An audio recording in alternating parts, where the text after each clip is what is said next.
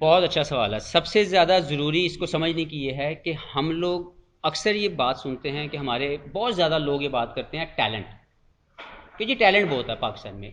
बिल्कुल ठीक है, डेफिनेटली होगा। लेकिन मेरा मानना ये है कि इंटरनेशनल क्रिकेट के अंदर सिर्फ टैलेंट नहीं खेलता, सिर्फ बॉल और बैट का टैलेंट नहीं खेलता, वहाँ पे प्रोडक्ट खेलती है। अनफॉर्चुनेटली उस प्रोडक्ट के लिए जो दूसरे टैलेंट्स आपकी ज़रूरत होती हैं, हम उसके ऊपर काम नहीं कर रहे। और हमारा जो भी टैलेंट ऊपर आ रहा है वो सिर्फ बैटिंग और बॉलिंग की वजह से आ रहा है, लेकिन वो अभी तक प्रोडक्ट मेकिंग प्रोसेस से नहीं गुजरा होता, वो अभी प्रोडक्ट नहीं बनी होती। इंडिया ने जो परफॉर्मेंस दी, देखिए उनके बेहतरीन प्लेयर, उनका कप्तान वहाँ पे मौजूद नहीं था, उसके बावजूद जिस मोरल के साथ, जिस हिम्मत के साथ उन्होंने क्रिकेट खेली, as a fan of cricket हम सबको खुशी हुई।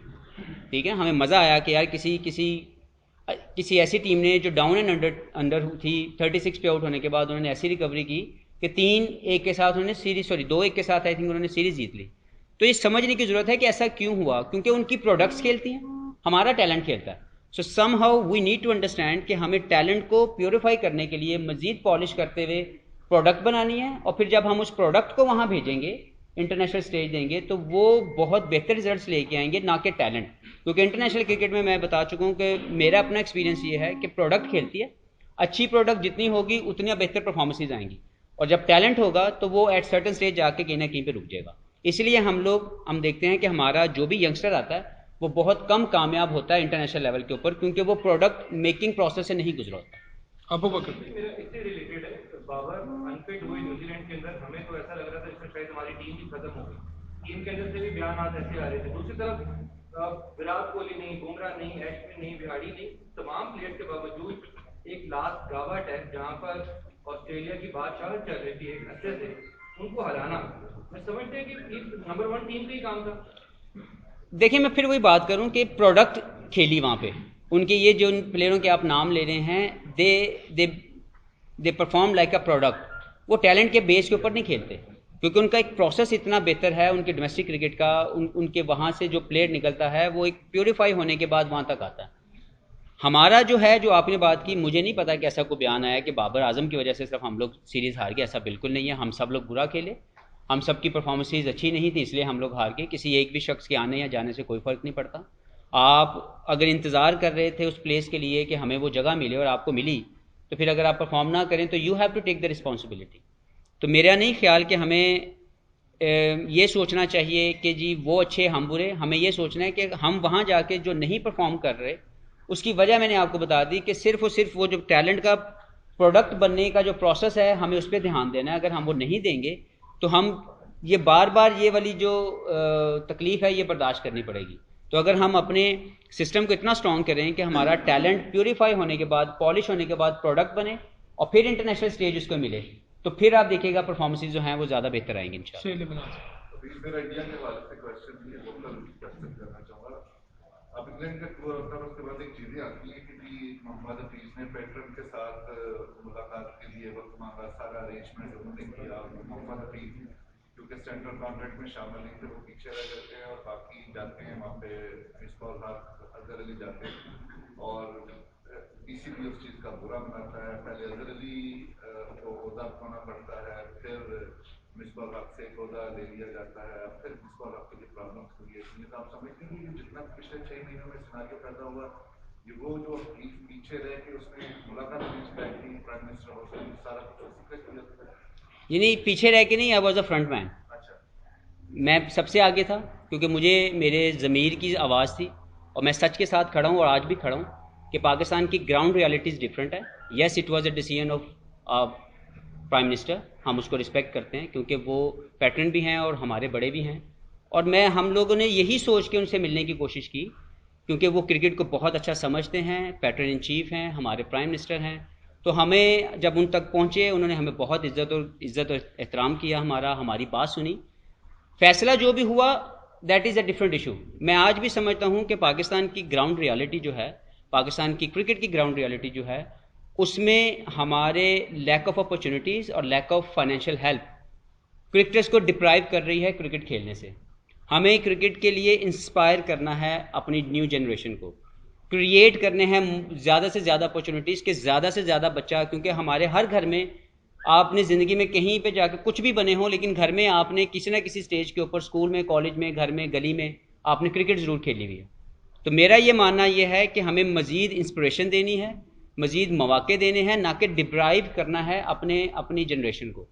तो मेरा जो आपने बात की है, मुझे नहीं पता कि इसका सिनेरियो जो आप लिंक कर रहे हैं, सीक्वेंस जो आपने सेट की है वो इससे इसकी कोई वजह बनती है या नहीं बनती, लेकिन डेफिनेटली हम तीनों ने मिलकर ये सोचा कि हम सबको एज ए सीनियर और पाकिस्तान क्रिकेट, क्योंकि हमारी डेवलपमेंट में डिपार्टमेंट क्रिकेट का बहुत बड़ा हाथ है, हम लोग अपनी एसोसिएशन के साथ खेलने के साथ साथ अगर डिपार्टमेंट क्रिकेट की फाइनेंशियल हेल्प और वो प्लेटफॉर्म ना मिला होता तो हम बेहतर प्रोडक्ट ना बन पाते।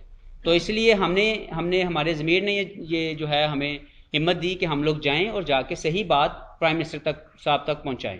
फैसला जो भी हुआ दैट्स अ डिफरेंट स्टोरी, लेकिन मैं ये समझता हूं कि अभी भी पाकिस्तान की जो क्रिकेट के हवाले से ज़रूरत है, उसमें हमें ये देखना है कि हम अपने क्रिकेटर्स के लिए अपॉर्चुनिटीज़ क्रिएट नहीं कर पा रहे, स्टेजेस अवेलेबल नहीं हैं जहाँ पे जिस स्टेज का प्लेयर है वो वहाँ से खेले और अगली स्टेज पे चला जाए, या वहाँ से गिरे और नीचे चला जाए। और इसी तरीके से जो लैक ऑफ फाइनेंशियल हेल्प है, वो गरीब मुल्क है, वहाँ पे अगर फाइनेंशियल हेल्प नहीं मिलेगी क्रिकेटर को क्लब लेवल से ऑनवर्ड्स, तो वो छोड़ देगा क्रिकेट, छोड़ने के बाद वो कुछ और करना शुरू कर देगा। तो हमें ज़रूर इसको लिए देखना है कि हम लोग लैक ऑफ अपॉर्चुनिटीज़ और लैक ऑफ फाइनेंशियल हेल्प जो है, इन दोनों इश्यूज़ को जल्दी से जल्दी एड्रेस करें, उनके लिए कुछ ना कुछ सिस्टम लेके आएँ, ताकि अभी तक मेरा ख्याल है पिछले 1.5-2 साल के अंदर मैंने नहीं देखा कि कोई लेजिटिमेट क्रिकेट हुई हो, क्लब क्रिकेट की या किसी भी जगह की। बाकी आप लोग क्योंकि फील्ड में ज़्यादा घूमते हैं, आपको ज़्यादा पता होगा, मैंने नहीं देखा। तो ये 2 साल का जो गैप है, ये पाकिस्तान को कॉज करेगा इन फ्यूचर। तो मुझे लगता है कि इस पर जल्दी काम होना चाहिए ताकि प्लेयर्स को स्टेजेस मिलें, प्लेयर को कुछ जगह मिले जहाँ पे परफॉर्म किया जाए। एक चीज़ अगर आपने ख़त्म किया कोई मसला नहीं है, उसका ऑल्टरनेट रेडी होना चाहिए। लेकिन अगर आपका ऑल्टरनेट रेडी नहीं है और आपने जो भी सिस्टम था वो गलत था या सही था, वो प्रोड्यूस कर रहा था पाकिस्तानी क्रिकेटर्स, जिसने पाकिस्तान के लिए वर्ल्ड कप जीता, जिसने पाकिस्तान के लिए 2009 का वर्ल्ड कप जीता, जिससे हम चैंपियंस ट्रॉफी जीते, टेस्ट के नंबर 1 हम टीम बने दुनिया की, T20 की नंबर 1 टीम बने। तो वो जो भी सिस्टम था, अगर उसको गिराया गया, उसको ख़त्म कर दिया गया, तो उसका मुतबादल तो कुछ ना कुछ रेडी हो।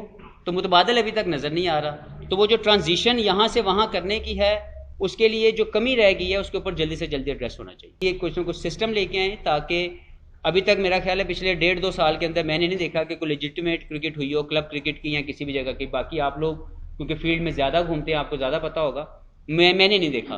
तो ये 2 साल का जो गैप है, ये पाकिस्तान को कॉज करेगा इन फ्यूचर। तो मुझे लगता है कि इस पर जल्दी काम होना चाहिए ताकि प्लेयर्स को स्टेजेस मिलें, प्लेयर को कुछ जगह मिले जहाँ पे परफॉर्म किया जाए। एक चीज़ अगर आपने ख़त्म किया कोई मसला नहीं है, उसका ऑल्टरनेट रेडी होना चाहिए। लेकिन अगर आपका ऑल्टरनेट रेडी नहीं है और आपने जो भी सिस्टम था वो गलत था या सही था, वो प्रोड्यूस कर रहा था पाकिस्तानी क्रिकेटर्स, जिसने पाकिस्तान के लिए वर्ल्ड कप जीता, जिसने पाकिस्तान के लिए 2009 का वर्ल्ड कप जीता, जिससे हम चैंपियंस ट्रॉफी जीते, टेस्ट के नंबर 1 हम टीम बने दुनिया की, T20 की नंबर 1 टीम बने। तो वो जो भी सिस्टम था, अगर उसको गिराया गया, उसको ख़त्म कर दिया गया, तो उसका मुतबादल तो कुछ ना कुछ रेडी हो। तो मुतबादल अभी तक नज़र नहीं आ रहा। तो वो जो ट्रांजिशन यहाँ से वहाँ करने की है, उसके लिए जो कमी रह गई है, उसके ऊपर जल्दी से जल्दी एड्रेस होना चाहिए। अब डेकेड के हवाले से जो टीम्स अनाउंस हुई, देखिए वो था total based on fans polling, कि दुनिया के जितने भी फैंस थे उन्होंने अपनी पोलिंग की। और मेरा अपना ख्याल ये है कि अगर आप परफॉर्मेंस में जाएंगे तो पाकिस्तानी प्लेयर ने लास्ट डेकेड में बहुत शानदार परफॉर्मेंसेस दी हैं। Players like Umar Gul, player like Saeed Ajmal, like Babar Azam, चाहे वो 2015 में आया, उसकी बहुत अच्छी परफॉर्मेंस थी। इवन मैं अगर अपने आप को कंसिडर करूँ तो मेरी अगर आप परफॉर्मेंसेस पूरे 10 साल में निकालेंगे तो एज एन ऑलराउंडर मेरी बहुत अच्छी परफॉर्मेंसेस हैं वाइट बॉल क्रिकेट के अंदर। लेकिन नहीं कंसिडर किया गया बिकॉज आई फील कि ये कोई ज्यूरी नहीं थी जिसने इसको सेट करना था, ये फैन पोल था जिसके ऊपर वोटिंग हुई है। दूसरी तरफ आई थिंक इसमें दिल छोटा नहीं करने की ज़रूरत, हम दिलों में बसते हैं और लोग हमसे प्यार करते हैं। पाकिस्तान जिस तरीके से जो ब्रांड खेलता है उसको पसंद किया जाता है, पूरी दुनिया की अट्रैक्शन है। लोग पाकिस्तान की टीम को अच्छा खेलता हुआ देखना चाहते हैं, पाकिस्तानी प्लेयर को लोग पसंद करते हैं। तो बस इतना बहुत है हमारे लिए, हमें किसी ऐसी जगह पे जाने की ज़रूरत नहीं।